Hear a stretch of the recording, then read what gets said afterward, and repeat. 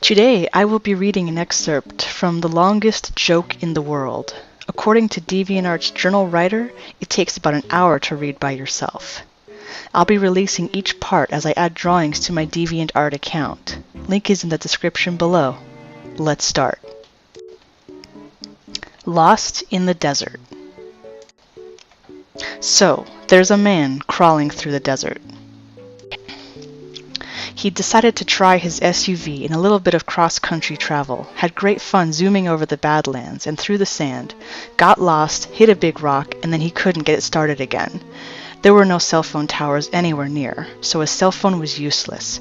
He had no family. His parents had died a few years before in an auto accident, and his few friends had no idea he was out here. He stayed with the car for a day or so, but his one bottle of water ran out and he was getting thirsty. He thought maybe he knew the direction back, now that he'd paid attention to the sun and thought he'd figured out which way was north, so he decided to start walking. He figured he only had to go about 30 miles or so, and he'd be back to the small town he'd gotten gas in last. He thinks about walking at night to avoid the heat and the sun, but based upon how dark it actually was the night before, and given that he has no flashlight, he's afraid that he'll break a leg or step on a rattlesnake. So he puts on some sunblock, puts the rest in his pocket for reapplication later, brings an umbrella he'd had in the back of the SUV with him to give him a little shade, pours the windshield wiper fluid into his water bottle in case he gets that desperate, brings his pocket knife in case he finds a cactus that looks like it might have water in it, and heads out in the direction he thinks is right. He walks for the entire day. By the end of the day, he's really thirsty. He's been sweating all day and his lips are starting to crack. He reapplied the sunblock twice and tried to stay under the umbrella, but he still feels sunburned. The windshield wiper fluid sloshing in the bottle in his pocket is really getting tempting now. He knows that it's mainly water and some ethanol and coloring. But he also knows that they add some kind of poison to it to keep people from drinking it. He wonders what the poison is and whether the poison would be worse than dying of thirst. He pushes on, trying to get to that small town before dark. By the end of the day, he starts getting worried. He figures he's been walking at least 3 miles an hour, according to his watch, for over 10 hours. That means that if his estimate was right, that he should be close to the town. But he doesn't recognize any of this. He had to cross a dry creek bed a mile or two back, and he doesn't remember coming through it in the SUV. He figures that maybe he got his direction off just a little and that the dry creek bed was just off to one side of his path. He tells himself that he's close, that after dark he'll start seeing the town lights over one of these hills, and that'll be all he needs. As it gets dim enough that he starts stumbling over small rocks and things, he finds a spot and sits down to wait for full dark and the town lights. Full dark comes before he knows it. He must have dozed off. He stands back up and turns all the way around. He sees nothing but stars. He wakes up the next morning feeling absolutely lousy. His eyes are gummy and his mouth and nose feel like they're full of sand. He's so thirsty that he can't even swallow. He barely got any sleep because it was so cold. He'd forgotten how cold it got at night in the desert and hadn't noticed it the night before because he had been in his car. He knows the rule of threes. 3 minutes without air, 3 days without water, 3 weeks without food, then you die. Some people can make it a little longer in the best situations, but the desert heat and having to walk and sweat isn't the best situation to be without water. He figures unless he finds water, this is his last day. He rinses his mouth out with a little of the windshield wiper fluid. He waits a while after spitting that little bit out to see if his mouth goes numb, or he feels dizzy or something. Has his mouth gone numb? Is it just in his mind? He's not sure. He'll go a little farther, and if he still doesn't find water, he'll try drinking some of the fluid. Then he has to face his next, harder question. Which way does he go from here? Does he keep walking the same way he was yesterday, assuming that he still knows which way that is? Or does he try a new direction? He has no idea what to do.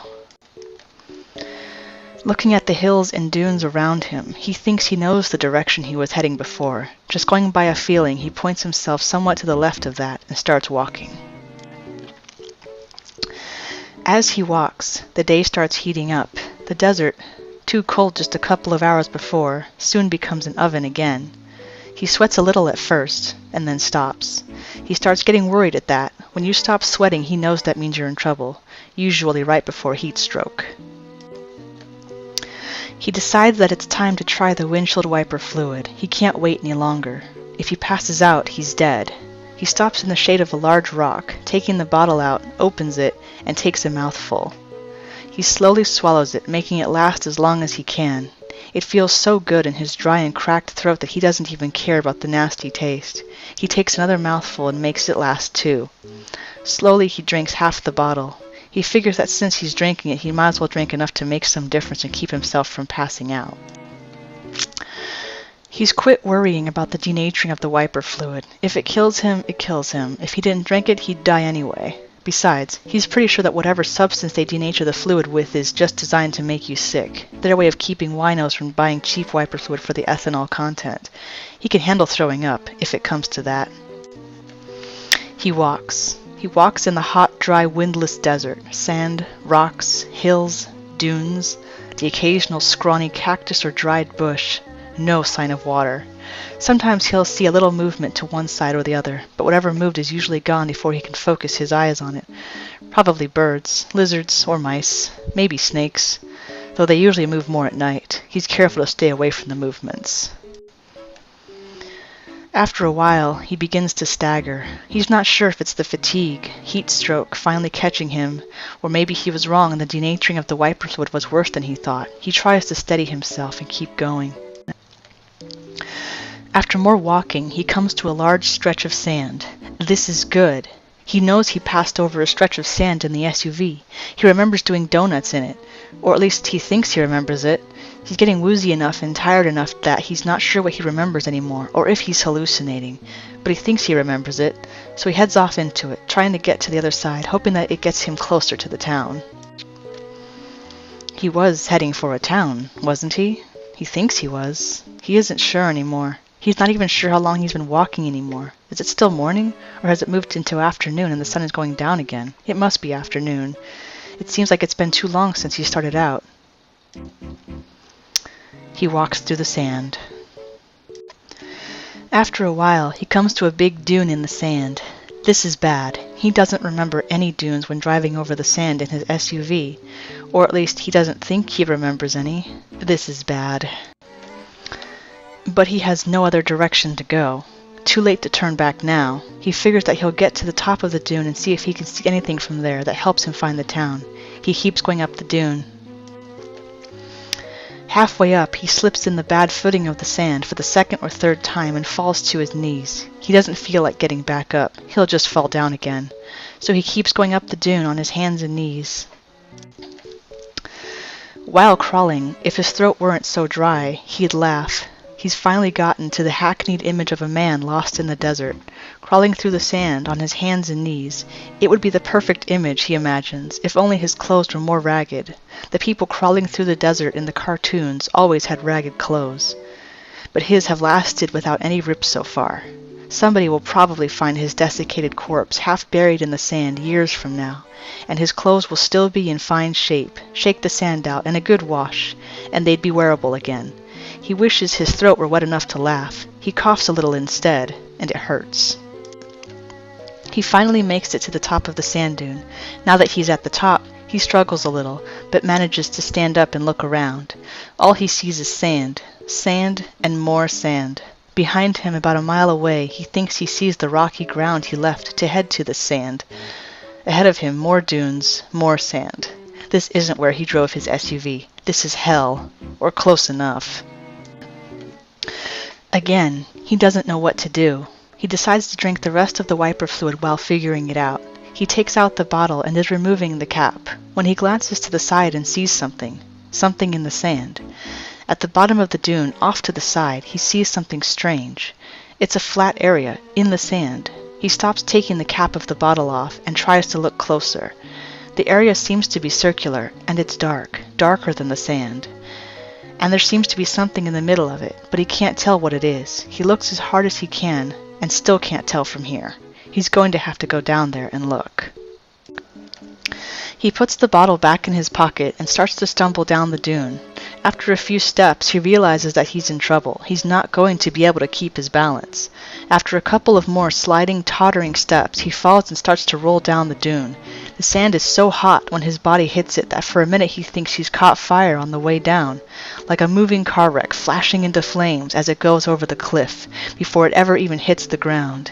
He closes his eyes and mouth, covers his face with his hands, and waits to stop rolling. He stops at the bottom of the dune. After a minute or two, he finds enough energy to try and sit up and get the sand out of his face and clothes. When he clears his eyes enough, he looks around to make sure that the dark spot in the sand is still there and he hadn't just imagined it. So, seeing the large, flat, dark spot on the sand is still there, he begins to crawl towards it. He'd get up and walk towards it, but he doesn't seem to have the energy to get up and walk right now. He must be in the final stages of dehydration, he figures, as he crawls. If this place in the sand doesn't have water, he'll likely never make it anywhere else. This is his last chance. He gets closer and closer, but still can't see what's in the middle of the dark area. His eyes won't quite focus anymore for some reason, and lifting his head up to look takes so much effort that he gives up trying. He just keeps crawling. Finally, he reaches the area he'd seen from the dune. It takes him a minute of crawling on it before he realizes that he's no longer on sand. He's now crawling on some kind of dark stone with some kind of marking on it, a pattern cut into the stone. He's too tired to stand up and try to see what the pattern is, so he just keeps crawling. He crawls towards the center, where his blurry eyes still see something in the middle of the dark stone area. His mind, detached in a strange way, notes that either his hands or his knees are so burnt by the sand that they no longer feel pain, or that this dark stone, in the middle of a burning desert with a pounding, punishing sun overhead, doesn't seem to be hot. It almost feels cool. He considers lying down on the nice, cool surface. Cool, dark stone. Not a good sign. He must be hallucinating this. He's probably in the middle of a patch of sand, already lying face down and dying, and just imagining this whole thing. A desert mirage. Soon the beautiful women carrying pitchers of water will come up and start giving him a drink. Then he'll know he's gone. He decides against laying down on the cool stone. If he's going to die here, in the middle of this hallucination, he at least wants to see what's in the center before he goes. He keeps crawling. It's the third time that he hears the voice before he realizes what he's hearing. He would swear that someone just said, "Greetings, traveler. You do not look well. Do you hear me?" He stops crawling. He tries to look up from where he is on his hands and knees, but it's too much effort to lift his head, so he tries something different. He leans back and tries to sit up on the stone. After a few seconds, he catches his balance, avoids falling on his face, sits up, and tries to focus his eyes. Blurry. He rubs his eyes with the back of his hands and tries again. Better this time. Yep, he can see. He's sitting in the middle of a large, flat, dark expanse of stone. Directly next to him, about 3 feet away, is a white post, or pole, about 2 inches in diameter, and sticking up about 4 or 5 feet out of the stone, at an angle. And wrapped around this white rod, tail with rattle on it hovering and seeming to be ready to start rattling, is what must be a 15-foot-long desert diamondback rattlesnake, looking directly at him. He stares at the snake in shock. He doesn't have the energy to get up and run away. He doesn't even have the energy to crawl away. This is it, his final resting place. No matter what happens, he's not going to be able to move from this spot. Well, at least dying of a bite from this monster should be quicker than dying of thirst. He'll face his end like a man. He struggles to sit up a little straighter. The snake keeps watching him. He lifts one hand and waves it in the snake's direction, feebly. The snake watches the hand for a moment, then goes back to watching the man, looking into his eyes.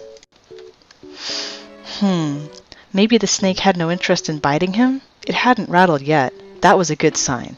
Maybe he wasn't going to die of snake bite after all. That's it for now. A lazy snake might be a good sign, but our poor hero is still extremely dehydrated. Do things start looking up for him? Find out next time on my next upload, which will probably be another 5 months from now.